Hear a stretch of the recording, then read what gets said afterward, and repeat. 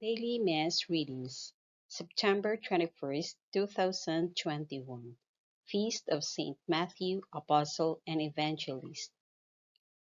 A reading from the letter of Saint Paul to the Ephesians. Brothers and sisters, I, a prisoner for the Lord, urge you to live in a manner worthy of the call you have received, with all humility and gentleness, with patience, bearing with one another, through love, striving to preserve the unity of the Spirit through the bond of peace. One body and one Spirit, as you were also called to the one hope of your call, one Lord, one faith, one baptism, one God and Father of all, who is over all and through all and in all. But grace was given to each of us according to the measure of Christ's gift. And he gave some as apostles, others as prophets, others as evangelists, others as pastors and teachers, to equip the holy ones for the work of ministry, for building up the body of Christ, until we all attain to the unity of faith and knowledge of the Son of God, to mature manhood, to the extent of the full stature of Christ. The word of the Lord. Thanks be to God. Let our response be, their message goes out through all the earth.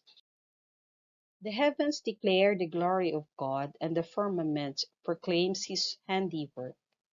Day pours out the word to day, and night to night imparts knowledge. Their message goes out through all the earth. Not a word nor a discourse whose voice is not heard. Through all the earth their voice resounds, and to the ends of the world their message. Their message goes out through all the earth. A reading from the Holy Gospel according to Saint Matthew. As Jesus passed by, he saw a man named Matthew sitting at the customs post. He said to him, "Follow me." And he got up and followed him.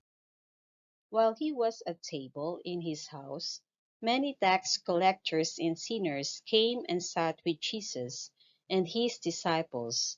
The Pharisees saw this and said to his disciples, "Why does your teacher eat with tax collectors and sinners?"